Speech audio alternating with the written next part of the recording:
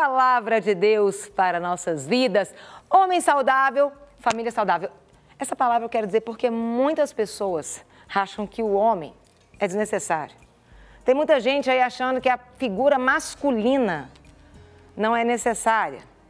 Ou ela não é tão importante. Mas o nosso Deus é um Deus de princípios, de ordens, de regras, de direcionamento.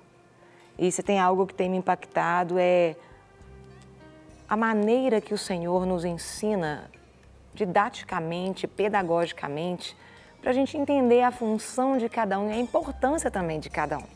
Abra sua Bíblia aí no Salmo 128. Salmo 128 diz o seguinte: bem-aventurado, feliz aquele que teme o Senhor, feliz o homem que teme ao Senhor, feliz aquele que anda nos seus caminhos. Do trabalho das tuas mãos comerá, feliz será e tudo te irá bem. A tua esposa, tá falando para quem aqui, gente? A tua esposa, no interior da tua casa, será como uma videira frutífera. Os teus filhos, como o rebento de oliveira à roda da tua mesa. Eis como será abençoado o homem que teme ao Senhor. O Senhor te abençoe desde Sião, para que vejas a prosperidade de Jerusalém durante os dias da sua vida. Vejas os filhos dos seus filhos. Paz sobre Israel. É interessante que essa palavra, ela vai dizendo o seguinte: feliz aquele homem, porque ele comenta dos filhos, ele comenta da esposa. Então ele está falando para quê? Para o homem. Feliz aquele homem que teme a Deus. Eu quero dizer para você, homem que está assistindo, a saúde da sua família vai depender de você. A saúde emocional, a saúde espiritual, depende de você. Aqui fala, você, sendo um homem que teme, o homem que teme é aquele que anda junto com Deus. É aquele que tem os pensamentos de Deus. É aquele que caminha segundo a vontade do Senhor. É aquele que realmente está ali alinhado com as coisas de Deus. Esse homem que teme, ou seja, que não é independente, que depende de Deus e se dispõe a obedecer a Deus, ele será feliz. Ele fala que vai comer do trabalho das mãos dele. Fala que tudo vai bem. Tudo vai bem, homem. Como é que está a sua vida? Quando fala tudo, fala de todas as áreas da vida. Por que todas as áreas da sua vida não estão bem? Porque aqui diz que feliz é esse homem que teme a Deus, tudo nele vai bem. O fato de ir bem não quer dizer que ele não tenha dificuldades, não, mas ele sabe a quem refugiar. Isso tudo está caminhando corretamente.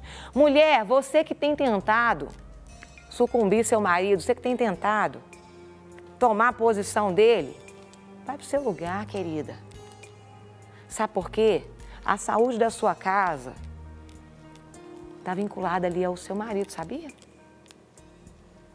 Foi feita uma pesquisa e você sabia, quando um homem se converte numa casa, a probabilidade da família conhecer a Cristo é de 70%. Quando uma mulher se converte numa casa, a probabilidade da família se converter a Cristo é 15%. Quando um filho se converte a Cristo, a probabilidade da família seguir a Cristo é de 2%. 70% homem. E você vai dizer que a figura masculina não é importante dentro de um lar?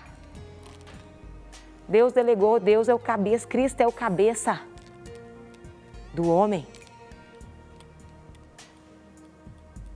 Então eu quero dizer para você, presta atenção, olha o que diz aqui. Olha o que a palavra do Senhor, ela nos esclarece. A esposa dele no interior da casa será como uma videira frutífera. Olha ali, imagina aquela videira, já é lindo. Imagina frutífera. Algo frutífero você quer ver. A cor é bonita, o cheiro é bonito, ele atrai as pessoas, ela sacia as pessoas, alimenta a todos, faz bem para todo mundo, aquilo que é frutífero. A saúde vai sair ali de dentro do seu lar. Você não vai precisar de ficar procurando fora não, sabe por quê? Porque está tudo tão saudável aí dentro, está tudo tão frutífero, está tudo tão gostoso. E aqui fala, os seus filhos como os rebentos da oliveira. Ou seja, abençoa o seu cônjuge, abençoa os seus filhos, seus descendentes e vai alcançando a todos. Fala ali, ó, tudo à roda da tua mesa, esse resgate da comunhão, da unidade em volta da mesa. Como é importante, né? Como é importante a gente poder ter uma família que continua em volta da mesa. Uma família onde o real vale mais do que o virtual. Uma família onde o olhar no olho, ele tem mais importância do que olhar para uma rede social. Uma família que investe tempo em ouvir, investe tempo em tocar, investe tempo em compartilhar. Homem, se posicione no seu lar. Você que ainda é solteiro, presta atenção para você entrar numa relação tendo a certeza e a convicção da seriedade daquilo que você vai viver. Deus é um Deus de ordens, princípios, Ele estabelece as maneiras dele. E Ele estabeleceu, Ele colocou o homem como cabeça. E toda a autoridade ela é delegada por Deus. Eis como será abençoado o homem que teme o Senhor. O Senhor te abençoará desde Sião para que vejas a prosperidade de Jerusalém durante os dias da tua vida. Enquanto você viver, não é só uma época, eu tive uma fase boa e posso te falar, todos vão ver aquilo que Deus tem feito na sua vida. Todos vão contemplar aquilo que o Senhor tem feito na sua história. Dá para entender? Eu quero dizer isso para você. Você vai ver os filhos dos seus filhos e a paz será sobre Israel. Esse homem que teme ao Senhor, a paz faz parte da casa dele, dos relacionamentos interpessoais dele com os seus ali. É isso que eu digo para você. Um homem saudável tem uma família saudável. Querido homem que nos assiste, o Senhor, Ele delegou algo para você, Ele te deu algo. E aquilo que Ele dá, Ele não pega de volta. Então, diante do conhecimento, toma posse, não é o autoritarismo que vai te fazer resgatar, mas é o reconhecimento da autoridade e da relação com Deus, da intimidade com o Senhor. Ok? Você vai ser abençoado, sua família vai ser abençoada, todos que estiverem perto de você serão abençoados. Quero dizer, homem, você tem muito valor. Os homens são essenciais na nossa família. Quero orar pela vida de cada um que nos assiste. Quero orar pelos homens que às vezes não se sentem especiais, não têm ainda não tomaram posse dessa autoridade que Deus delegou. E quero orar pelas mulheres que às vezes têm tentado ocupar o lugar do homem. Que a gente volte para o lugar. Deus tem um lugar para a gente. Um lugar onde a gente não vai precisar de se esforçar, onde a gente não vai precisar de se desgastar, onde nós vamos fazer aquilo que Deus nos chamou. E já tem tanta coisa para fazermos. Então, você não precisa de exercer uma função que Deus não planejou para você. Tem tantas lindas funções que Deus te deu. Como gerar vidas, né? E aí não é vida só física, é vida emocional, espiritual, física. Pai, eu coloco a vida de cada um que nos assiste nesse momento. Diante dessa palavra, um homem saudável, tem uma família saudável. Diante desse resgate, orando, pedindo perdão, porque tantas vezes nós ignoramos a Tua palavra e agimos de acordo com a nossa vontade. E diante de tantas palavras como empoderamentos, coisas humanas tão limitadas, nós às vezes nos perdemos nessa caminhada. Mas diante dessa palavra, diante do entendimento, nós queremos sim agradecer porque o Senhor é o Deus da família. O Senhor criou o homem, o Senhor criou a mulher e o Senhor os uniu para ser família, homem, mulher. Obrigada porque não há confusão no meio do Senhor. Quando o Senhor cria, o Senhor já estabelece todas as coisas. E nós queremos sim exercer e desfrutar de tudo aquilo que o Senhor nos tem dado. Eu abençoo cada homem que nos assiste, que ele realmente venha ser restaurado, resgatado e tomar posse dessa autoridade que Deus delegou a ele. Eu abençoo cada mulher que nos assiste e peço que o Senhor venha nos ensinar a fazermos aquilo que nós temos que fazer, a não fazer a mais e também não fazer a menos.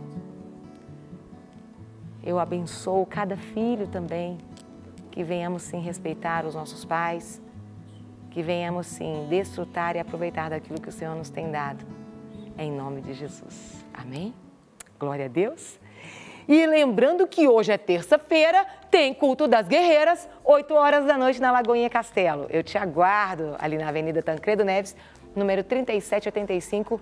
Deus tem uma palavra para o seu coração e a gente vai estar ali juntinho, abençoando uma outra. E, Serginho, homem é essencial, né, Serginho? Carol Malta, é essencial, por isso que o homem, a postura dele, a figura dele dentro do lar, ela é imprescindível. Todo mundo acha que pode tirar, e é o que todo esse contexto aí, desses movimentos todos aí, tem contribuído, porque exatamente tirando o homem de cena, até a identificação com Deus, ela se torna um pouquinho mais distante. Glória a Deus. Não é verdade? É isso mesmo. Muito bem, né, Carol? Isso é sério, gente. Carol Malta, você se lembra que quando você era criança pequena, lá em São João del Rei, subindo em todas aquelas árvores, nadando naqueles córregos lá e tudo, Dona Maria do Carmo chegava assim na porta ali da fazenda e começava a gritar: Ana Carolina Malta! Não da fazenda, Você lembra que ela gritava, ficava lá?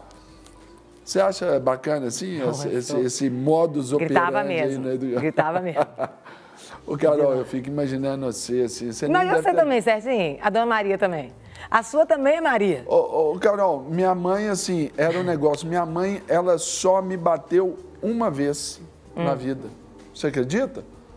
As outras todas foram tentativas de assassinato. É verdade, né? A gente gente. Mas já prescreveu, não tem pena para isso, já passou a data, não tem problema. Aproveitando o ensejo, a minha mãe, eu acho que foi uma das primeiras, assim, que criou o bullying. Não é bullying, não. Minha mãe criou o bullying. Teve uma vez que eu zoei tanto o barraco que ela mandou o bullying em mim. Um bullying de chá. Sim. E aí e o negócio fez curva, Carol Malta. Eu lembro até hoje, o negócio fez curva. Eu saí pra sala, assim, o trem foi atrás de mim. Acho que foi o primeiro drone, protótipo, deve ter sido. Bora lá, então. Continua aí, que eu quero assistir, É, isso aí para quem viveu algumas experiências radicais assim na vida. E eu quero devolver uma pergunta para você aí de casa, então. Você tem o costume, então, de gritar aí com seus filhos? Saiba que esse hábito pode interferir negativamente na formação das nossas crianças. Então, é sobre isso que eu vou conversar agora com a psicóloga Júlia Cipriano. Júlia, bom dia. Tudo bem com você? Tudo bem. Que grande honra tê-la aqui conosco. Muito Seja obrigada. bem-vinda à Rede Super de Televisão e ao nosso Super de Tudo um pouco. Júlia, essa forma de educar ali, ou achar que está educando, por exemplo, na base do grito, dessa imposição, também fere a emoção da criança, o grito, não é? Sem sombra de dúvida, Serginho. O grito, muitas vezes a gente, ao gritar, ao punir o filho com um grito, a gente perde a oportunidade de estar ensinando um comportamento adequado.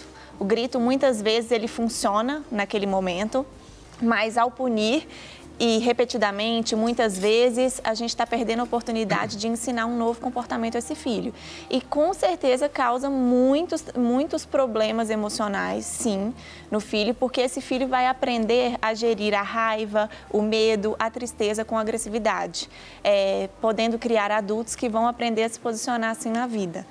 Então, se a gente for partir por uma lógica, entramos num ciclo vicioso nisso aí. Exatamente. É uma cadeia retroalimentar. Exatamente. O pai que grita com o filho que vai gritar com o neto vai gritar com o bisneto. Seria porque bem somos disso. modelos de comportamento para os nossos filhos.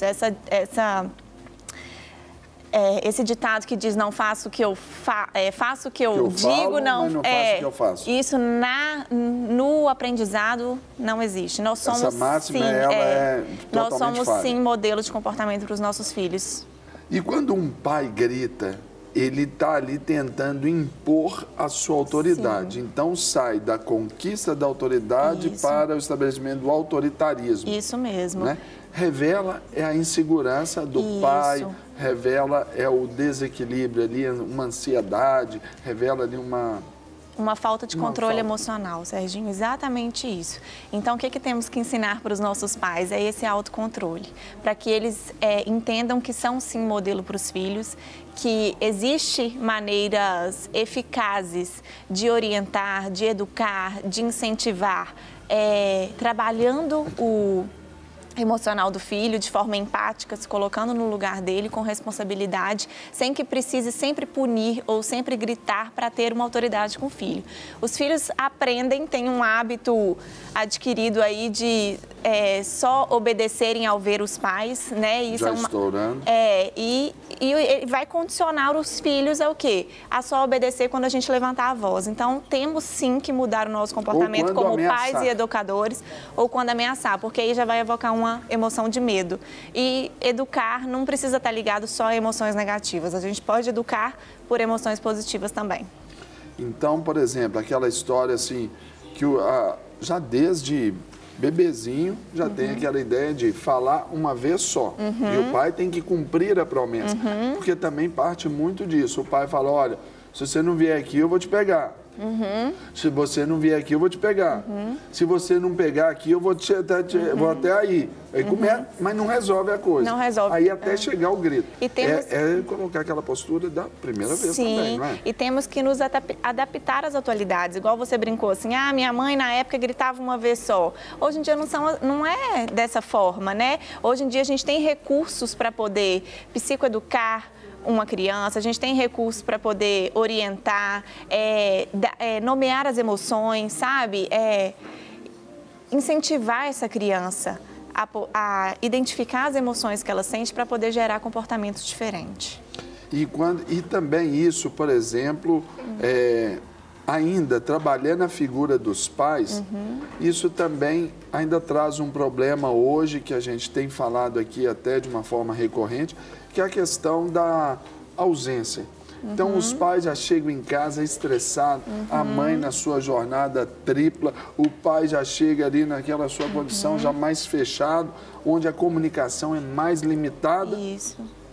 Evidenciando esse tipo de grito, as linhas de comunicação pais e filhos, elas ficam mais distantes e mais finas, assim, não é? E você concorda comigo que a comunicação de pais e filhos hoje, ela é diferente de há 20, 30 anos atrás? Verdade. Hoje a gente consegue ter um limiar de igual para igual. Então, sempre eu acho que os pais devem pensar pela empatia. A gente pode educar com respeito, não é só filho que tem que respeitar pai. O pai também tem que respeitar a filha, nós não somos modelos? Claro. A gente não quer educar, a gente... imitação para requisito básico de aprendizagem. Então, o que o filho vê em você no seu comportamento, amanhã ele vai fazer isso futuramente. Então, você está preparando uma criança para ser um adulto que vai conseguir lidar com as emoções, vai conseguir lidar de igual por igual com as pessoas também. E essa educação mais afetuosa também, ela não quer dizer que seja uma educação também permissiva demais, Sim. que não gere limites. Ao contrário, né? Tem que ter o afeto, mas também com o estabelecimento do limite. Né? E o limite, a punição, o grito, muitas vezes ele perde a oportunidade de ensinar o que fazer. Porque muitas vezes ele só ensina o que não deve ser feito. E até trazendo bloqueios, isso, né? E é aí que perde a oportunidade de ensinar o que fazer, um novo comportamento para ensinar para aquela criança. E aí vem também essas respostas aí que os nossos filhos precisam dar a nós e à vida no seu desenvolvimento, porque às vezes aquele grito que gerou esse bloqueio pode ser a causa, né, do fracasso, talvez, com certeza, lá na frente. Crianças formam crenças como nós. Hoje nós somos resultado das nossas crenças na infância. Então, assim, a tríade... E não diz respeito a uma crença espiritual. Não, é uma crença de uma identidade. Isso, né? uma formação de uma identidade. A forma como eu vou me comportar com o mundo, com as pessoas, a forma com que eu me vejo. A gente forma crenças na infância. Não, joia. Nós vamos ali agora para ver ali de uma forma assim mais ampla, né? O que os gritos aí, eles podem gerar na vida dos nossos filhos. Vamos ali no nosso espaço ver? Vamos lá? E só para registrar aqui, enquanto isso, eu quero mandar um abraço aqui para o Wellington do Nascimento, lá de Juiz de Fora, gente. Ele está ligado no programa, nos parabeniza e pediu para mandar um alô para ele e para a esposa Vitória Juliana. Vitória Juliana, parabéns aí pelo maridão, está aqui participando. Deus abençoe aí todos vocês. Tem gente aqui participando e gente falando que a mensagem de Carol Malta foi bênção. E só para lembrar que depois ela vai estar no nosso YouTube, no nosso canal lá do YouTube, da Rede Super. Então você pode ter acesso para mostrar para o seu marido aqui, a irmã que nos mandou. Bom, pessoal, eu tenho aqui nessa mesinha aqui alguns brinquedos, é só para ilustrar mesmo essa questão das crianças, do acesso, né, delas aí. Mas, Júlia, eu tenho aqui, vou tirar aqui dentro dessa caixinha, alguns aspectos que são diretamente afetados ali quando há a exposição desses gritos, que se traduzem normalmente de uma forma igual como se fosse uma agressão física, não é verdade? Isso mesmo. Olha só, afeta o comportamento emocional. Comenta pra gente, por favor, Júlia. É um pouquinho do que a gente conversou ali, né, Serginho? É evidente que a agressividade, punição excessiva vai gerar transtornos emocionais para as nossas crianças. Por quê? Como que elas vão aprender a se comportar? Com raiva, medo, perante a uma agressividade. Então, ao punir, ao gritar, a gente está ensinando para essas crianças que, quando tem emoções de medo, de tristeza, de raiva, elas têm que aprender a se comportar com agressividade, o que não é nem um pouco funcional, né? E que normalmente se evidencia na vida escolar ali, aquela criança que normalmente parte para morder, sempre quer bater no coleguinha, naquela que já parte para o desrespeito aos professores, é por aí? Isso, e cuidar de criança é cuidar de ambiente, é cuidar de família. Então, a gente tem que entender o que está por trás daquele comportamento. Cuidar de criança é cuidar de ambiente, hein? Gostei disso. Vamos ver aqui mais uma área que afeta aí quando o grito se estabelece, modelo de punição. Somos modelos, né, para as crianças. Nós como pais, educadores. Então, pré-requisito básico de aprendizagem é a imitação. A criança, ela vai crescer com aquilo que ela aprendeu vendo dentro de casa mesmo. Então, assim, somos modelos para os nossos filhos e precisamos sempre ter autocontrole nas nossas emoções, ensinar isso para os nossos filhos, sabe? Filhos têm que aprender a ter tolerância com frustração. Por mais que ele esteja sendo desobediente, não é gritar que a gente vai gerar um novo comportamento. Então, a gente sempre tem que refletir, pensar no nosso comportamento como modelo para os nossos filhos. E também, se a gente falar nessa relação causa e efeito, Júlia, a gente pode pensar também o seguinte, a criança veio nesse modelo já de casa. Aí chega ali na escola, depois mais tarde no trabalho, quando alguém eleva o tom, Sim. isso também na mesma hora pode já trazer aquela retração. Verdade. Onde, por exemplo, no ambiente... Dela generalizar aquele comportamento. Eu estou sendo punido. Às Sim. vezes não, a pessoa fala mais alto, conversa com a mão e tudo, aí já causa aquele... Você viu? Eu meti aqui, você já fez... Não é? A gente É uma pode reação, observar, né? tem gente que fala, não aguento grito, eu tenho sensibilidade a grito. Então, assim, a criança tende a generalizar aquele comportamento que acontecia com ela na infância para a vida adulta. E não diz respeito a uma fragilidade, a pessoa é fraca. Não, diz respeito às crenças que ela criou na infância de acordo com o ambiente e modelo que ela teve de educação. Olha só esse ponto aqui, nenhum comportamento novo. Quando punimos, quando gritamos, nós como educadores e pais perdemos a oportunidade de gerar um novo comportamento que a gente chama na análise do comportamento de modelagem.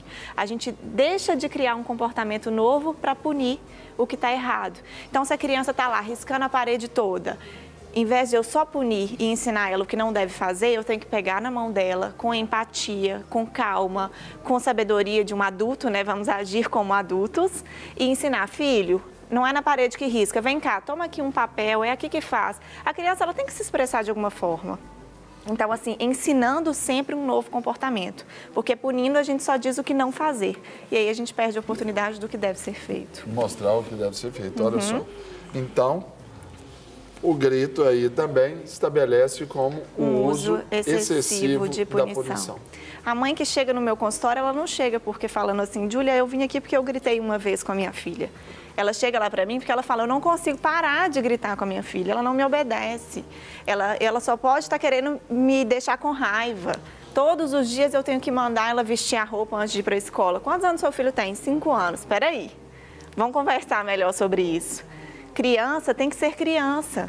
Ela vai ter, não vai estar sempre nos comportamentos aprendidos que a gente tem. É uma coisa, ela de 5. Sim, então assim, ela quer me provocar raiva. Peraí, vamos deixar a criança ser criança. A criança vai ter comportamento inadequado, sim. E é a nossa responsabilidade o uso da punição, mas não em excesso. Sempre tentando ensinar o que é adequado a ser feito. Júlia, nessa relação aí, isso seria talvez esse deslocamento aí, essa transferência aí, talvez das frustrações do dia da mãe, das frustrações até no ambiente familiar, da relação conjugal, para uma mãe dizer isso, olha, ela quer me fazer raiva. Sim. Seria essa projeção? E aí é onde entra a autorresponsabilidade, sabe, Serginho? É a autorresponsabilidade da mãe de falar assim, a raiva é minha, é a minha emoção, o que é que eu vou fazer com ela? E ter autocontrole disso para poder estar ensinando isso para o filho. Então, nós vamos falar que os gritos aí com as crianças podem provocar essa aplicação errada acidental. O nome já diz, né? Quem não sabe o que faz, acaba sempre punindo em excesso. Então, assim, se a criança está perto de um comportamento adequado, enquanto ela estiver errando, se ela estiver sendo punida, ela vai se afastar daquele comportamento. Está aprendendo a andar, quando ela está começando a engatinhar, se é punir, falando que ela tem que ficar em pé, em vez dela progredir, ela tende a regredir. Então, assim, é errado porque quando eu não sei o que eu faço, eu acabo punindo de forma a regredir esse comportamento adequado. E além do que, às vezes, sobre a forma da punição também, pode-se incorrer no erro também de punir sem ter explicado o que houve de erro ou treinado para fazer aquela determinada atividade. Tem esse outro lado também. Por isso a importância do comportamento alternativo, porque o ensinar o que não deve ser feito tem que ser sempre atrelado ao que é correto. A gente ensina dessa forma, não é só falando o que não fazer, mas o que fazer naquela situação. Porque aquela história, o pai chega, bateu no menino, você vai fazer isso de novo? Vou, pai. Aí o pai batia de novo, você vai fazer isso de novo, querendo tirar do menino ali o arrependimento. Você vai fazer isso de novo? Vou. Aí o pai batia. E aí, qual o comportamento alternativo que eu te dou nisso? Mas por que você vai fazer de novo? Eu não sei. Ou seja, o pai queria que ele dissesse, eu não vou fazer, mas ele não sabia nem o que tinha feito. Nem a alternativa para porque já foi para punição. Então, os pais têm que se responsabilizar por essa educação. Então, vamos tirar mais um aspecto aqui que pode interferir aí os gritos na educação dos filhos. Olha só, revela aí um comportamento de fuga e de esquiva. Sim. Uma anulação. Podemos dizer que sim, um comportamento de fuga e esquiva. Se uma criança está aprendendo a ler, toda vez que ela lê uma palavra errada, ela for punida, ela pode também generalizar esse comportamento, como todas as letras, textos, frases que ela vir a ver no processo de aprendizado e regredir. Então, sempre se esquivar daquilo. Por quê? Para não ser punido.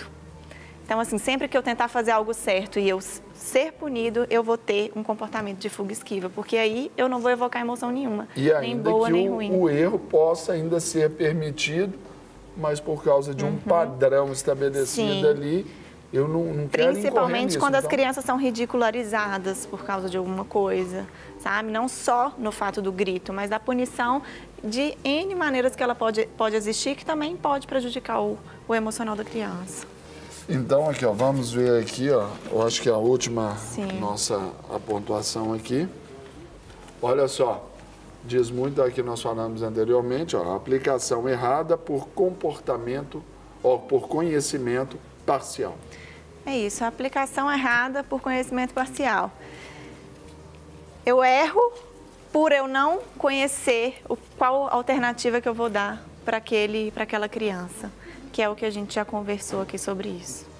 E aí é onde que a gente já entra como um antídoto para isso, que é essa questão do reforço positivo, né? Isso então, mesmo. os pais começarem a trabalhar isso. Fala um pouquinho para a gente nesse aspecto, para a gente estar fechando o nosso bate-papo aqui. Muitos pais erram achando que estão punindo por tirar aquele comportamento, mas muitas vezes eles não estão errando, porque a criança quer atenção. No momento do grito, no momento da briga, é a hora que você olha no olho dela, é a hora que você dá atenção, é a hora que você acha que ela está evocando emoções ruins em você. Ainda tem aquela questão da postura também, permita te interromper, onde o pai alto grita com a criança, aquela coisa bem vertical, isso, assim. Vertical. Não, é criar aquela empatia onde isso o pai mesmo. se ajoelha, coloca e olha nos olhos, nível, isso mesmo, Serginho. E ele perde a oportunidade de estar fazendo isso. Quando ele grita, que a criança vê, uai, ele só me dá atenção na hora que eu estou fazendo uma coisa errada, então eu vou fazer de novo. O máximo que eu vou conseguir é um grito e uma coisa boa que eu vou conseguir é a atenção. O barraco, então, assim, se colocar no lugar da pessoa, o que ela está querendo dizer por trás desse comportamento? O que ela está querendo dizer atrás dessa emoção? A gente sempre pensar o por trás de um comportamento, não só julgar o comportamento em si, que é o que a gente trabalha na terapia cognitivo-comportamental. Salvas de palmas aqui para a nossa convidada, Júlia Cipriano, psicóloga, e vem nos falar aí, gente, dos malefícios da gritaria em casa. Isso Gritar mesmo. com o seu filho. Fala uma vez só, tom baixo, olho no olho ali, afetuoso, mas colocando os limites. Não é isso? Isso mesmo. Então, para que você de casa seja sempre educado, o De Tudo Um Pouco sempre traz esses assuntos e os melhores convidados para poder te abençoar aí. Júlia. Muito obrigada. Obrigadíssimo. Um prazer. Deus te abençoe. Amém. Uma grande honra tê-la conosco. Foi um bate-papo super rico. Obrigada. Deus abençoe. E agora, pessoal, nós vamos para aquele rapidíssimo intervalo e daqui a pouco nós vamos voltar aqui com o nosso De Tudo Um Pouco, com um assunto muito sério. Nós vamos falar sobre atrofia muscular espinhal, trazer um caso real aqui para que você conheça e também, de alguma forma, possa ajudar.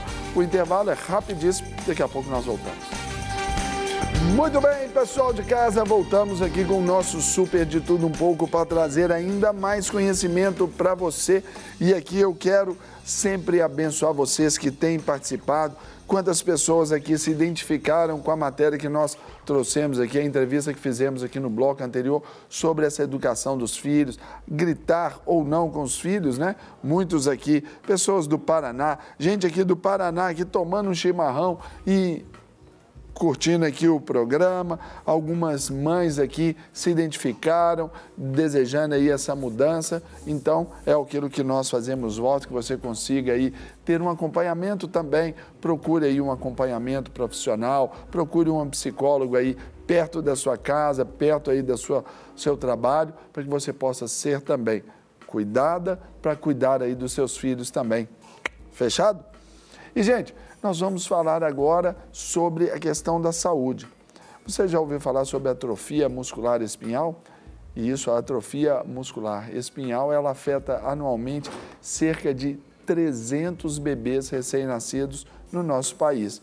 Então, para falar sobre isso, que nós vamos conversar aqui no nosso De Tudo Um Pouco com a médica, pediatra, a doutora Fátima Guedes, não é? E ela veio aqui que ela também é professora da Universidade Federal de Ouro Preto e veio aqui nos falar sobre essa doença. Doutora, muito bom dia. Bom dia. Como vai, senhora? Tudo bem? Tudo bom, Serginho. Que honra tê-la aqui conosco para a gente falar sobre essa doença. Atrofia muscular espinhal. Ela também pode falar amiotrofia? Tem essa... Pode, é a mesma não tem coisa? Problema. Conta pra gente, né, conceitue aí para o nosso público o que é a atrofia muscular espinhal. A atrofia muscular espinhal é uma doença neurológica, degenerativa e genética.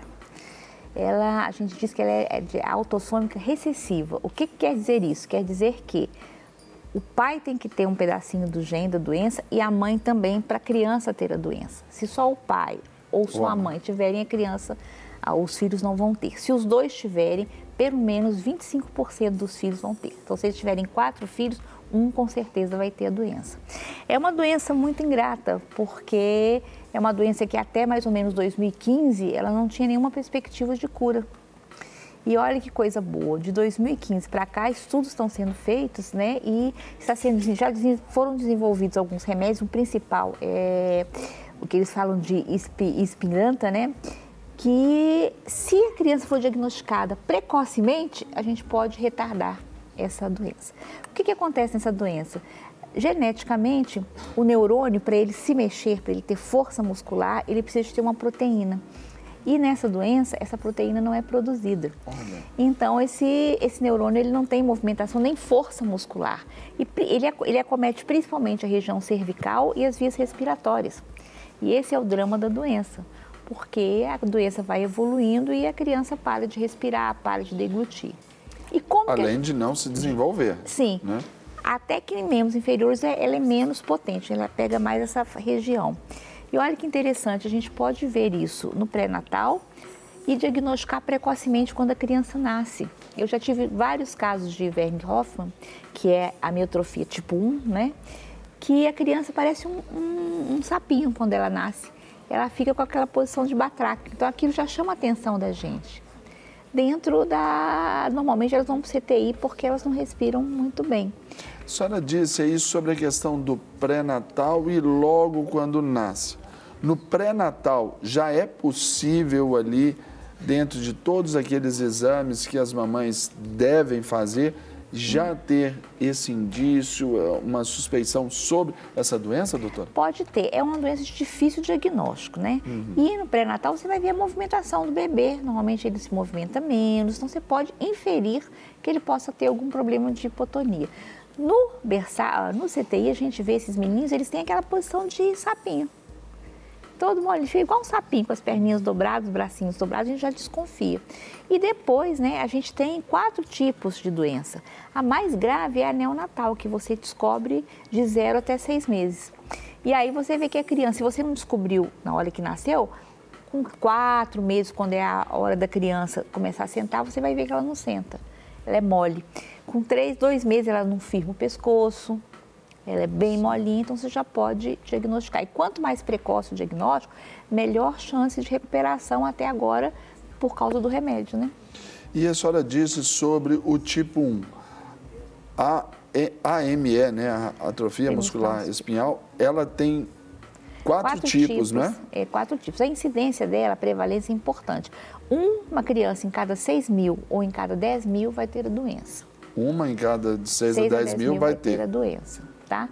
E uma em cada 200, 300 vai ser portador.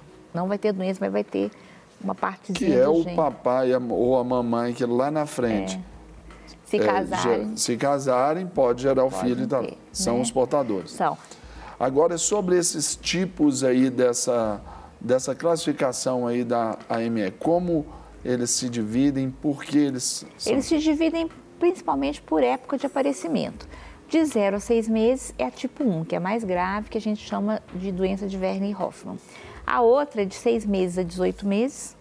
O terceiro tipo é de 18 meses até a adolescência. E tem o tipo 4, que é de adulto, e a gente não sabe muito sobre ela, pelo menos nossos pediatras. Porque aí né? já é bem mais raro também, né? Quanto mais jovem o aparecimento, mais grave a doença. E quanto mais precoce. E quando a senhora disse lá atrás sobre, há um tempo atrás, existia essa condição de não ter uma cura, mas de 2015 para cá, mas aí já se fala de cura ou já se fala de um tratamento, de um controle da doença? Essa droga, né, que é o Nusinersen, ela foi estudada em 2014, ela ainda estava nos estudos fase 2, mas ela tinha resultados tão bons que a FDA americana e a inglesa, elas autorizaram o uso, dado assim aos resultados excelentes que estavam aparecendo. Essa droga ainda está em estudo, não se sabe, por exemplo, quanto tempo dá, não se sabe, por exemplo, se pode aplicar em pacientes renais, em pacientes cardiopatas, não se sabe. Mas se sabe que quanto mais precoce o diagnóstico e o uso dessa droga, melhor a chance do bebê se recuperar. E tem trabalhos ainda mostrando assim, que pode até paralisar a doença. Mas são estudos, né? Ainda está na fase ainda de estudos. Mas então, por enquanto, isso está restrito ao mercado americano e europeu ainda? Não, 2017 foi autorizado pela Anvisa. Uau, então nós já temos aqui. Eu não sei se temos aqui. Ele está autorizado a ser usado. Autorizado, só. Mas para um papai, uma mamãe ter acesso a esse tipo de medicamento, o próprio profissional que tem acompanhado, né, o caso ali, ele vai saber dar o caminho das pedras ali. Vai até mais do que a gente, né? Porque a gente faz o diagnóstico e quem acompanha esses meninos é o neurologista. Então, aí depois vem também, em termos de acompanhamento, pediatra dá o diagnóstico. Vai ser acompanhado naturalmente. Suspeita, né? Para o diagnóstico. Aí o neurologista acompanha. Depois aí tem fisioterapia. Aí temos vários artifícios para minimizar o dolo, o dano da doença. Então, por exemplo, fisioterapia é importantíssima.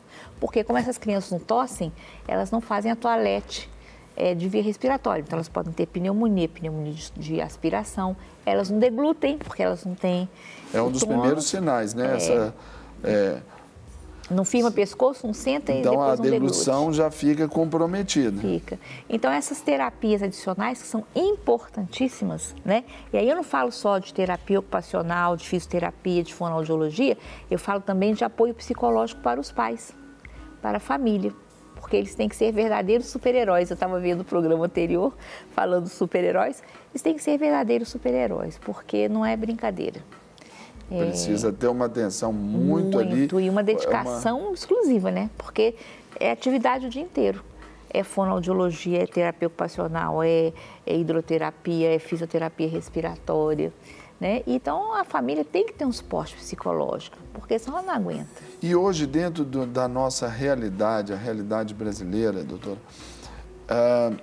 esse acompanhamento via SUS tem sido mostrado eficaz, tem os papais, as mamães que estão vivendo aí esse drama, eles têm esse acesso dessa continuidade de tratamento, de acompanhamento, de acessibilidade? Olha, eu sou também do Sistema Único de Saúde, eu sou profissional, eu sou funcionária pública estadual de carreira, né? Então, trabalhei em todas as instâncias e aí a gente sabe que essa parte... Existe sim, existem vários cenários onde a gente pode incluir a criança, no Hospital das Clínicas, tem vários lugares onde elas podem ser acompanhadas. Ao contrário do que a gente pensa, essa parte do SUS, ela funciona bem. E quando hoje, por exemplo, pela incidência aí dessa doença, ela ainda é muito rara. 1 para 10 mil, né? 1 para 10 mil ainda a gente pode considerar como uma doença rara. E de difícil diagnóstico, né? Porque até... O que piora o estado geral, né? Por isso que eu reforço atenção ao nascimento. Nasceu o bebê hipotônico, precisa tomar providência imediata. Hipotônico... É o que todo flácido. Já fica mais molezinho. É o que eu te falei que parece um batraque. Essa evidência de ficar molezinho parecendo um sapinho ali. É típico. Pena que a gente não tem uma foto. É o olhar clínico do médico, né, do estudo, do pediatra, que ali já consegue observar. Exatamente. Começa tudo pelo pediatra. E talvez ali já a obstetra, o ginecologista ali, durante o acompanhamento pré-natal, também suspeitar. já pode ter algumas suspeitas. Pode. Caso haja alguma suspeita já na gravidez, já é possível fazer alguma coisa? Não, aí não, né? Tem que aí esperar já nascer. Até o último caso que eu tive já tem uns 10 anos, sabe? Olha. Porque é raro, né? E aí não é difícil dentro do útero, né? Você pode suspeitar e já preparar uma sala de parto com um profissional adequado, com um pediatra adequado, já vai para o CTI e de lá já começa a propedêutica para o diagnóstico. E quando a gente também tem aí, só para a gente mais ou menos mostrar para o pessoal de casa sobre esses tipos, né, da AME, quais são as evidências do tipo 1? Tipo 1 é o que eu te falei, o que nasce, né, e ele vai ter aquela posição de batráquiozinho, né, então você já suspeita. Mas ela pode aparecer com 2, com 3, com 4, até 6 meses. O que você vai ver? Com 2 meses a cliente já tem que firmar o pescoço, não firma, tá certo? Com 4 meses tem que estar começando a sentar, né, não levanta. Não consegue ter essa reação já? Você já vê. A tipo 2 é a criança, por exemplo, um exemplo, com 5 meses. Se você colocar a criança sentadinha, ela fica, mas ela não faz esse movimento aqui, ó, para sentar. Entendeu? Porque a musculatura está fraquinha, flácida, os neurônios, né? não conseguem dar essa sustentação. A do tipo 3, a criança ainda consegue ficar em pé, mas ela não consegue andar, ela fica em pé, mas não anda. Mas aí é o surgimento da doença, é o acompanhamento da história natural para você. Porque aí ela começou ali com 4, 5, 6 meses sentando, talvez um pouquinho mais devagarinho, mas vai. Aí chega ali no tipo 3, consegue até ficar em pé, mas já com alguma dificuldade. Já com dificuldade. Aí evidencia ali. Isso. Tá? É muito mais comum, assim, pelo menos na minha experiência, tipo 1.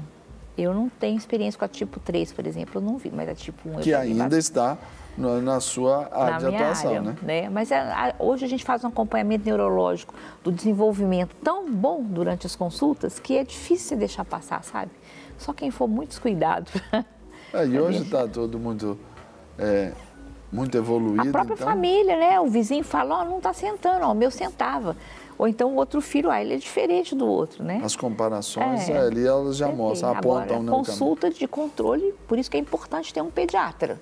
Um pediatra que acompanhe qualquer criança. E que hoje esse é uma cultura que está sendo desenvolvida aí, que ela é complicada. De ir só no PA, né? Não tem aquele pediatra que venha no acompanhamento. E esse né, é um doutor? assunto que eu acho que um dia a gente podia falar. Quando levar seu filho ao PA? Porque realmente a gente vê que por falta de orientação as crianças vão inadequadamente ao PA. Isso né? é complicado. Complicadíssimo. Então, doutora, eu quero pedir a senhora, então, aproveitando essa câmera aqui, ó, a senhora fazer as suas considerações finais para o nosso público sobre a atrofia muscular espinhal. A atrofia muscular espinhal, como a gente conversou, é uma doença rara, mas ela pode acontecer. E é importante que leve sua criança para fazer controle mensal com o pediatra e vá observando o desenvolvimento dela, se ela está firmando a cabecinha, se ela está sentando. E a gente sempre compara uma criança com a outra para ver. É uma doença rara, mas é uma doença que agora tem surgido a oportunidade de tratamento. E eu gostaria que todos os pacientes de AME do Brasil tivessem acesso ao Nursinecem, que é a droga que é mais promissora para o controle da doença e, quem sabe, até para retardar a doença. Lembrando que o diagnóstico precoce é importante, então preste atenção quando seu filhinho nascer. Muito bem. Gente, eu conversei aqui com a doutora Fátima Guedes, que é mestra, professora na UFOP, Universidade Federal de Ouro Preto, sabe tudo, gente boa, da melhor qualidade, altíssimo nível, falando aí sobre a AME, ou AME, ou atrofia muscular espinhal. Doutora. Muito obrigada. Sensacional. Muito obrigado, viu, pela presença, nos ceder aí um espaçozinho na sua agenda. Foi bênção. Tá bom. E agora nós vamos conhecer um caso real que a gente precisa levantar essa bandeira aqui. Então, eu passo aqui para a Carol, que tem ali, vai falar sobre o Cauã. Não é isso, Carol? A gente estava aqui já assistindo, né, Eu estou aqui com a Priscila Muniz, que ela é consultora de moda. Bom dia, querida. Seja muito bem-vinda. Obrigada. Ela é prima do Cauã e ela vai contar pra gente. A gente está aqui, né, Priscila? A gente estava aqui ouvindo, né, a entrevista, ela compartilhando, né, algumas coisas, porque é importante a gente saber como é e como que funciona na prática. Conta pra gente como é que foi a história do Cauã. Tem a fotinha do Cauã aí? Queria que colocasse na tela para as pessoas, né, já saberem aí. Olha lá, que gostoso. 6 meses, o Cauã. Conta um pouquinho, Pri, como é que aconteceu no caso do Cauã? O Cauã, ele foi os pais, né, que é a minha prima, na verdade, a Aline, percebeu aos 4 meses que ele não estava sentando, como a doutora falou há pouco, né? Ele mora no Espírito Santo, Ele mora né? no Espírito Santo, isso. E aos 4 meses eles começaram a perceber que estava tendo um retardo motor aí ao sentar, ao segurar a cabecinha e começaram a buscar realmente fazer um estudo, né, para procurar saber o que ele tinha. Aí o primeiro exame foi diagnosticado a AME, mas dentro desse exame ele tinha 3%, na verdade, de 100% de ter ou não. Aí o médico pediu novamente para poder repetir o exame e só agora, aos 5 meses e meio, que foi diagnosticado efetivamente com a doença, que é a tipo 1, que é a que a doutora falou agora há pouco, que é a mais grave, né? E por exemplo, Priscila, nesse caso, o susto é muito grande. Primeiro que não é uma coisa, né, comum, é algo raro e tem prazo, né? Normalmente as expectativas de vida, né, o natural, né, da doença é até 1 ano. Como? Explica pra gente. Então, o que os médicos vêm falando com ela, né, com a Aline, é que a medicação ela tem que começar, o Cauã tem que começar com a medicação quanto antes, para poder tentar retardar essa doença, né, porque é uma doença fatal. A criança normalmente morre por não conseguir respirar, tipo porque morre asfixiada, morre sem conseguir, porque vai atrofiando tudo, né? Vai travando a musculatura, ele não tem forças para respirar. Normalmente as crianças não chegam até 1 ano de idade. Então, por isso que a gente vem fazendo a campanha, né? Sim. Infelizmente, não existe esse tratamento pelo SUS ainda. A gente estava até aqui, né, ouvindo, né? Mas o SUS, ele não oferece esse tratamento. Esse tratamento, ele existe, porém, ele é pago. Muito caro. É 350 mil cada dose, né? Então, 350 mil reais cada dose. São quantas doses? Ele tem que tomar 6 doses iniciais. 6 uma iniciais. a cada 15 dias. Sim. De 15 em 15 dias ele tem que tomar uma dose e depois, no período de 1 ano, de 4 em 4 meses, mais uma dose. Né? Então, nós estamos iniciando que, infelizmente, para fazer um tratamento tão caro, requer ajuda, né? Já tem que começar o tratamento com o valor de...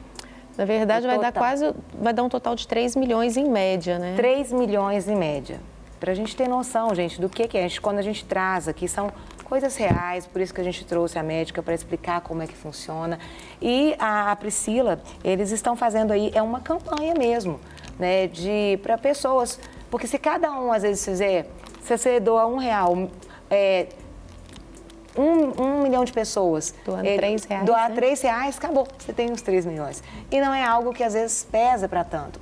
Mas a gente pode realmente fazer diferença na vida do outro. Aqui está passando, vai começar a passar aqui embaixo os dados bancários. E onde é que as pessoas podem estar conectadas, Pri, com essa campanha? É Facebook? Onde que elas podem estar acompanhando aí? O Instagram é o melhor canal de comunicação, onde a Aline ela faz diariamente os vídeos dele fazendo fisioterapia, porque eles têm que ser diários. Vai acompanhando. Chama @AmeOCauã.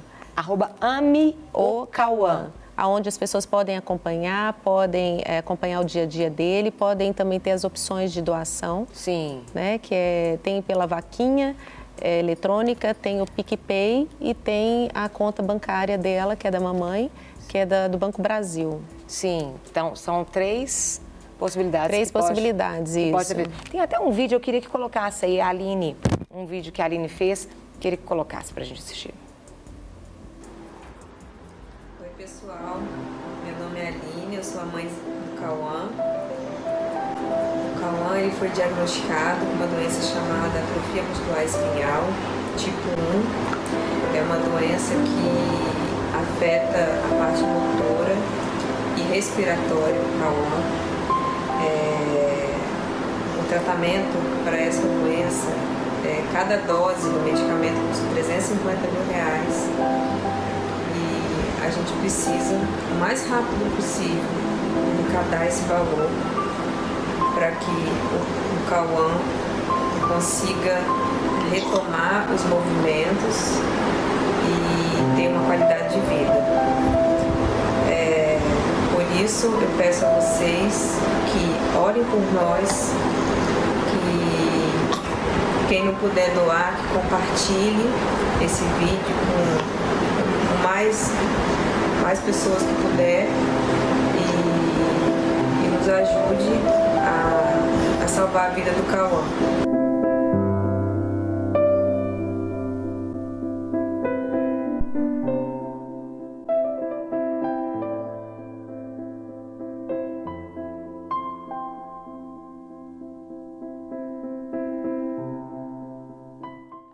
O Cauã. E eu estava até perguntando aqui para a Pri, ele está com 6 meses, e essas dificuldades, ele, por exemplo, ele movimenta, mas ele não consegue segurar. Ele não tem força para segurar, não. E começa a ter um pouquinho, às vezes dá umas engasgadas, tossir, essa questão ali que a doutora falou, né, sobre porque ele não tem força, né? Os músculos vão paralisando, né? Então, ele não tem força, ele tem que fazer realmente o tratamento diário de fisioterapia todos os dias para fazer os movimentos. Sim. Com a perninha, com o bracinho. Os movimentos naturais que a gente faz sem nem pensar, né? Verdade. E eu falo umas coisas dessas assim, é importante até a gente também parar e refletir, né, a nossa vida. Mas tem tantas coisas que a gente faz e a gente nem dá valor. Aos simples gestos, né? Isso. Você está aí com seu filho e às vezes você ficou e acordou hoje destruída e que não dormiu a noite toda. Né? Algumas coisas assim que às vezes a gente, isso acaba se tornando às vezes pesos. E quando a gente vai ouvindo situações, a gente vai vendo que isso é tão pequeno. É tão pequeno. E a gente poderia desfrutar muito mais, eu né? falo que é triste você ter uma criança que aparentemente é normal, desenvolve neurologicamente normal e você não sabe até que dia ela vai estar ali. Né? Por isso que eu venho aqui realmente... Sim. Desculpa. Não. Tem até pessoas participando aqui, ó, pedindo, manda o número da conta para ajudar o Cauã, Carol, para ajudar o garotinho. Vai aparecer, tá aparecendo aqui já, gente, as contas... Conta bancária, Banco do Brasil, né, agência 30848, conta 23248, Aline Mara Guimarães Muniz, o CPF 111 886 387 93. Né, o nosso propósito é trazer mesmo conhecimento, né, a respeito da doença, também dizer, não é para... Se cada um fizer um pouquinho, coisas tão simples, né? Esse juntar, né? As formiguinhas, elas vão trabalhando juntas e no final a gente consegue, né, ajudar, né, tantas pessoas. E o Cauã, aí é a nossa oportunidade de poder ajudar. E eu sou imensamente grata, né, por estar tendo essa oportunidade, por poder estar divulgando, né, para mais pessoas, porque infelizmente sozinhas, né, nós não somos ninguém. É verdade. Nós juntos podemos ser um oceano, né? E o pessoal aqui, ó, já está até mandando aqui, mandou foto aqui, ó, da TV printada. Isso aí! Aqui, ó. Ajude o Cauã, seja um anjo aí na vida dele. Divulga aí, gente, divulga nas suas redes sociais, né? Eu vou estar colocando nas minhas também. Vocês podem estar entrando lá, Carol Malta Oficial, vou estar postando no Instagram, você pode repostar, você pode colocar, porque nós conhecemos a idoneidade, né, da Pri, de toda a família, da história do Cauã, e nós estamos aqui realmente para poder ser um instrumento. Então, o que é um dinheiro perto de você? R$5, R$10, 20, coisas tão poucas, né? A gente pode fazer muito mais, você pode movimentar aí, ó, tem tanta criança que assiste o programa, né? Você pode ajudar uma outra criança, a gente pode aí realmente ser um instrumento de bênção na vida do outro. E eu quero que a gente ore, né? Vamos orar pela Aline, orar pelo papai, orar pelo Cauã também, pedir ao Senhor para que esteja, né, abençoando, né, abrindo portas, né? Às vezes tem pessoas aí você pode abençoar mais, deixa Deus te usar, né? Tem empreendedores que assistem, tem donos de empresas, empresários que assistem, né? E você pode ser aí um instrumento mesmo de bênção na vida do Cauã. E tudo aquilo que tiver também a respeito aí do Cauã nesse processo de arrecadação, ou Pri, vai contando pra gente. Eu vou te deixar na né, a gente vai divulgando, vai falando, né? Porque realmente aquele que deve fazer o bem e não faz, ele peca. A Bíblia fala sobre isso. Então, Deus nos dá oportunidades, né? E a gente tem que aproveitá-las. Obrigada. Né? Queria que você deixasse assim, nessa câmera aqui, deixa uma palavra pro pessoal e para eles realmente focarem nessa causa, porque vale a pena e é real, né? Bom, pessoal, eu venho aqui encarecidamente, primeiramente agradecer a Deus, agradecer ao programa Carol Malta pela oportunidade de estar podendo divulgar e dividir com vocês, na verdade, essa dor, né? Não só minha, mas da minha família inteira. O Cauã, como vocês viram, é um bebê lindo, saudável e que a gente quer ver crescer como uma criança normal, que eu acho que é um direito dele. Então, eu peço de coração a ajuda de cada um, mesmo que pouquinha, como a Carol falou, né? Que não faça falta para ninguém, mas com certeza vocês vão ajudar e muito, vão salvar a vida dele. E lembrando que esse tratamento o SUS não oferece. Ele não oferece, infelizmente. Por isso, né, que fica em 3 milhões de reais, lembrando, são 6 doses, 350 mil cada dose. Por isso, o motivo da vaquinha, né? Porque ele não é disponível e realmente é um custo mais oneroso, mas a gente pode fazer diferença. Vai depois ficar aí na tela, colocar na tela ali as contas para você aí ser um instrumento de bênção. E vamos orar aí pelo Cauã, pela Pri, por toda a família. Pai, nós queremos te agradecer porque o Senhor continua tendo propósito na vida do Cauã.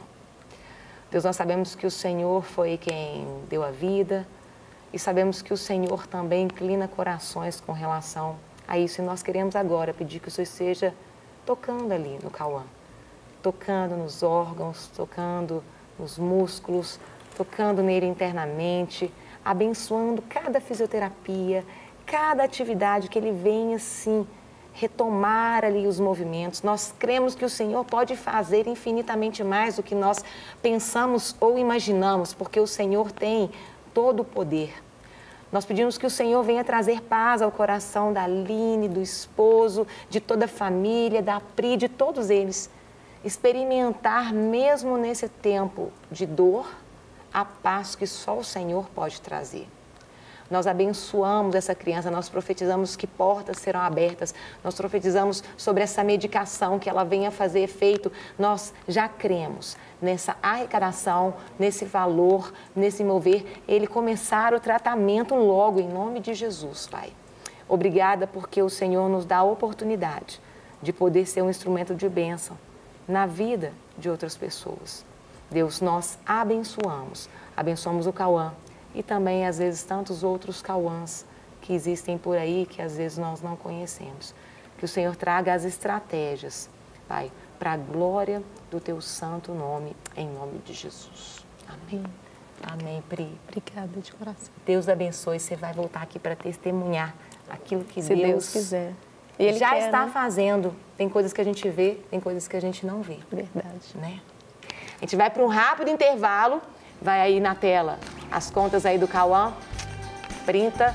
Me acompanha na rede social Carol Malta Oficial, que eu vou deixar postado lá também para você aí ser um instrumento de bênção na vida do Cauã. De volta com o nosso De Tudo Um Pouco, com De Tudo Muito. Eu já postei aqui na rede social, aqui sobre o Cauã. Você pode estar acompanhando. Vamos ser um instrumento de bênção na vida do outro. Gente, a unha encravada ou, deixa eu respirar, onicocriptose. É uma inflamação causada aí pelo crescimento de parte da unha em direção à pele, provocando aí a lesão. É sobre isso que a gente vai entender, a gente vai bater um papo, vai conversar, você vai tirar sua dúvida com a podóloga Maria Auxiliadora Viana Dora. Ela é professora, escreveu livros, Seja bem-vinda, Dora. Obrigada, Que delícia ter bom você dia. aqui, minha querida. Obrigada, bom dia a todos. Ô, Dora, porque a gente fala assim, é interessante que pode ser algo pequeno, mas se for no pé... Dói muito. Dói muito. Você pode estar numa festa, você pode estar linda, maravilhosa, tá tudo, mas se apertar um negócio, incomoda, Isso não é, Dora? porque o pé é extremamente inervado. Entendeu? O pé é uma estrutura extremamente inervada. Sim. E é uma estrutura, no pé é o que tem mais osso no corpo. Olha que interessante. Então, é muito vascularizado. Por isso sente tanto. E por isso que sente muita dor. E aí eu pergunto, Dora, essa questão de unha encravada, isso é genético? A gente nasce, é o formato, é a estrutura? Ou a gente pode, por exemplo, sapatos que podem começar a criar? Você tinha tudo bonitinho, mas você começou a usar um sapato que aperta muito, algumas coisas que pode fazer com que a sua unha comece a ter essas... Há casos que são genéticos. Sim. Aí a gente tem que encaminhar, quando procura o podólogo, nós temos que encaminhar para o médico. Certo. O médico especializado em cirurgia de unha, tá? Então o podólogo não tem condições, não é de sua competência. Entendi. Né, fazer então, um tratamento. Pode fazer cirurgia e Pode. aí ele deixa de ter unha encravada? Pode, porque o médico vai cauterizar a matriz, parte da matriz da unha. Olha. Aí ali onde ele cauteriza, não nasce mais. A unha não cresce mais, nesse caso. Quando nasce. Isso, quando precisa fazer a cirurgia. Então, há casos em que tem unha encravada mesmo, sem ser hereditária, também que pode ser feita a cirurgia também devido a essa lateral da unha que fica hiper, né? Fica gordinha demais, né? Que chama as pregas ungueais, essas gordinhas, essa parte macia aqui, que fica ao redor da unha, que são chamadas de pregas ungueais, elas ficam hipertróficas e a unha penetra muito. Sim. Aí, nesse caso, também a gente pode recomendar uma cirurgia. E é perigoso, né? Agora, unha encravada. O que é uma unha encravada? É uma ponta de unha que penetra nessas laterais, nessas pregas. E tem várias causas. 90% é corte errado. Manicure? Ou manicure, ou cutucure, quando você cutuca. Ou a própria pessoa. Vai lá e cutucando. Que começa a incomodar, às vezes nem é unha encravada. Às vezes é uma deformidade da unha, devido ao longo da vida, sapato apertado e tudo vai modificando o formato da unha. Ali começa a doer, incomodar, aí a pessoa acha que é unha encravada. Vai lá e corta de forma incorreta. Aí dá problema. Aí vai causar unha encravada. Vamos então mostrar na tela aqui, tem algumas imagens aí de unha encravada para você entender. Conta aí, Dora, pra gente. Ali é exatamente um corte errado que deixou da metade da unha para a proximal, que chama aquela região ali. Detalhe, gente, isso aí são imagens reais ali no consultório, né, ela atendendo pacientes dela. Aí não é invenção, não. Não. Aí o que a gente faz? Deixa, a pessoa cortou de forma incorreta e deixou uma ponta de unha. Aí, nesse caso, nós temos que remover essa ponta que ficou e fazermos um tratamento de forma que a gente acompanhe novamente o crescimento da unha e faça com que ela não encrave mais, com estrutura, com condutas, né, mais modernas que a gente tem, que a gente aprende quando estuda e faz a correção. Esse aí é uma outra. Esse caso aí é um corte errado, tá vendo? Tem um degrau. Os artistas chegam assim. Chegam assim. O pessoal é muito artista, quer fazer. Tem que chegar lá com as coisas destruídas e a Dora tem que fazer milagre. A metade da unha, ela, né, tem uma diagonal e penetra lá para a lateral, já perto da proximal, na parte proximal, porque proximal, medial e distal. Tá? Proximal é essa parte? Essa parte aqui. Ah, tá aqui, ó. Aqui, gente, proximal. A média, medial, que é o meio da unha, e a distal, proximal, que é a ponta da unha. Embaixo, da pé da cutícula. Da média para proximal. Então, ali, nós podemos remover aquele pedaço de unha, aquela ponta de unha, ou fazer outro tratamento. Fica até avermelhado ali, né, Dora? Porque tá com o início de um processo inflamatório. Olha, pode chegar a cair a unha da pessoa? Não. A não ser... Aí, ó, esse é hereditário. Que é isso? Esse caso é hereditário, é de uma criança... Olha! Que ele tem Ela é bem profunda. Que ele tem uma patologia chamada síndrome do cromossomo X frágil. Olha, gente. Que é como? A parte muscular dele é toda flácida. Então, ele caminha assim e já veio... Todos os dedos dele têm encravamento. Ele fez cirurgia, sim, mas não deu certo. Fez cirurgia com o médico, mas não corrigiu. Então, por exemplo, uma ele criança sofre que todo sofre mês. muito, sofre muito. Tem que cortar de quanto tempo, Dora? Uma vez por mês. Uma vez por mês? É. Gente, então tem que observar. Olha aí, esse aí é outro caso, né? Esse aí é dupla. É um encravamento duplo. Dos dois lados? Dos dois lados. Você pode ver aqui do lado esquerdo, aqui que a gente está vendo, tem um corte errado, tá vendo na diagonal? Sei. Ali está crescendo uma pontinha de pele, que nós chamamos de granuloma. O pessoal fala carne espandiosa. Granuloma. É granuloma? Um científico que chama granuloma. Quer dizer, o que é? O pessoal fica rindo aqui, que é verdade, né, gente? Vocês também falam tudo isso. Então, o que é? Dos dois lados tem uma ponta de unha. Essa ponta, ela vai entrando na lateral, lesa, quer dizer, fere, né? Aí infecta.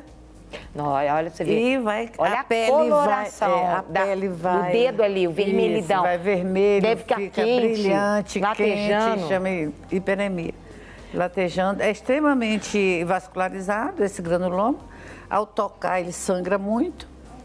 Entendeu? Às vezes pode ser. Tem pessoas que ficam meses com isso aí, ficam suportando e não tem como... Porque se colocar a mão aí também, deve morrer de dor também. Isso aí é uma senhorinha de idade, bastante idade, causado por manicure. Entendeu? O manicure vai lá, corta errado, a pessoa fica uns 15, 20 dias mais ou menos bem, não sente nada. Aí, o que acontece? A unha começa a crescer. Como não fez o tratamento correto, essas laterais cobrem a unha, a parte que vem por baixo vem entrando na pele. Vai crescendo anormal, já vai ser E vai causando a lesão chamada granuloma ou unha cravada também. Lembrando, gente, que são fotos reais, viu? Você vê a pele lateral aqui, ó, bem para dentro, bem encostada da unha, e a unha na proximal crescendo para a lateral, para trás. É verdade. E isso você pode já observar até no bebezinho, Dora? Eu já atendi casos num bebê de 6 dias de nascido. 6 dias teve que levar ele? Teve que levar, tá com inflamação, com o granulomazinho, isso de dentro do útero, devido à posição do pé, que vai batendo e já nasce com o processo inflamatório. Gente, olha. Então, toda criança nasce com uma patologia chamada coiloníquia, que é a parte no meio da unha fundada e as laterais meio arrebitadinhas. Sim. Aí vai crescendo, causa o ferimento, né, a lesão e inflama. Dora, é mais comum em homem ou mulher o encravado ou não tem? Não tem. Quem às vezes é mais... Por exemplo, o uso de tênis, o uso de meia... Sapato apertado deve-se evitar, porque as laterais, nosso pé é largo. Sim. Qualquer pé. Certo. É bem largo. As indústrias de sapato, elas não fabricam sapato com a ponta dessa largura. Eles... É sempre meio assim, né, pontudo, né? Sim. Aí o que acontece? Os extremos são os que mais sofrem, o dedo mínimo e o maior. E o maior ainda mais, porque a gente ainda mexe, corta e aperta, o sapato apertado, o tênis, você ainda calça meia, corre, faz exercícios e com o pé em movimento. O pé está sempre em movimento dentro do sapato. Sim. E o sapato apertado, então... Tem pessoas que às vezes precisam... Sapato bico fino, muito fino. E tratamento, Dora, às vezes precisa de entrar com antibiótico? Às vezes precisa. Às vezes. Aí, nesse caso, nós temos que encaminhar o médico, porque nós não podemos prescrever. Sim. O podólogo não pode prescrever medicamentos. Só podemos usar tópicos, né? caso de anestesia, pode acontecer? Não. Só sendo anestesiado pelo médico. O podólogo não usa nenhum recurso de anestesia. Então, se ele não estiver dando conta de tanta dor, você não tem nem como mexer. Não tem como mexer. Aí tem que encaminhar para o médico. Porque o médico vai dar anestesia, apesar que a anestesia dói muito também. Porque são 3 picadas, né, para poder anestesiar. Chama troncular, anestesia troncular. Então, coloca uma agulha aqui, outra aqui e uma por baixo. Sim. Para poder pegar, porque está muito inflamado. Aí para poder... Para pegar anestesia. Eita. Dorinha, eu quero agradecer você. Muito obrigada por ter vindo. É sempre muito bom ter você aqui para a gente falar, gente, tem que cuidar do pé. O pé é que sustenta sempre procurar o podólogo, né? Nunca utilizar de instrumentais que em casa, que você usa muitas vezes, que não estão limpos, que não estão desinfectados ou que não estão estéreis, né? Porque tudo isso pode causar uma inflamação, um cortezinho, às vezes nem é uma encravada, vai mexer, corta, infecta e causa problema. Então, sempre procurar o médico, ou o podólogo, né? Ou o médico. Obrigada, minha linda. Deus abençoe grandemente. Volte sempre. Obrigada. E, gente, Serginho, você tem unha encravada não, né, filho? Não tem não, graças a Deus, Carol Malta. Tá tudo suave na nave. Seu filho tem? Não. Não? Não. Tá certinho. Também não tem não, graças a Deus. Isso é bom, né? Não, graças a Deus. Agora, Carol Malta, a mulherada agora tá pensando em casa assim, olha, eu tenho que fazer almoço, eu tô com a unha encravada, mas eu preciso arrumar a casa. Então, nós vamos dar dicas aqui para a senhora, para o senhor aí que estão em casa, de como arrumar e manter muito bem organizada a sua casinha. Então, separamos essas dicas para você na tela, produção.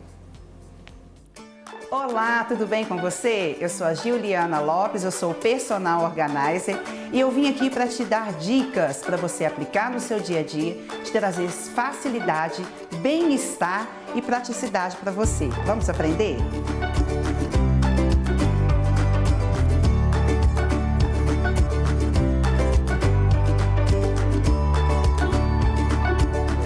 Nós vamos montar uma caixa para você organizar as suas maquiagens. A gente tem muito item de maquiagem, corretivo, pó, rímel, lápis, uma infinidade de itens que a gente precisa para a nossa maquiagem.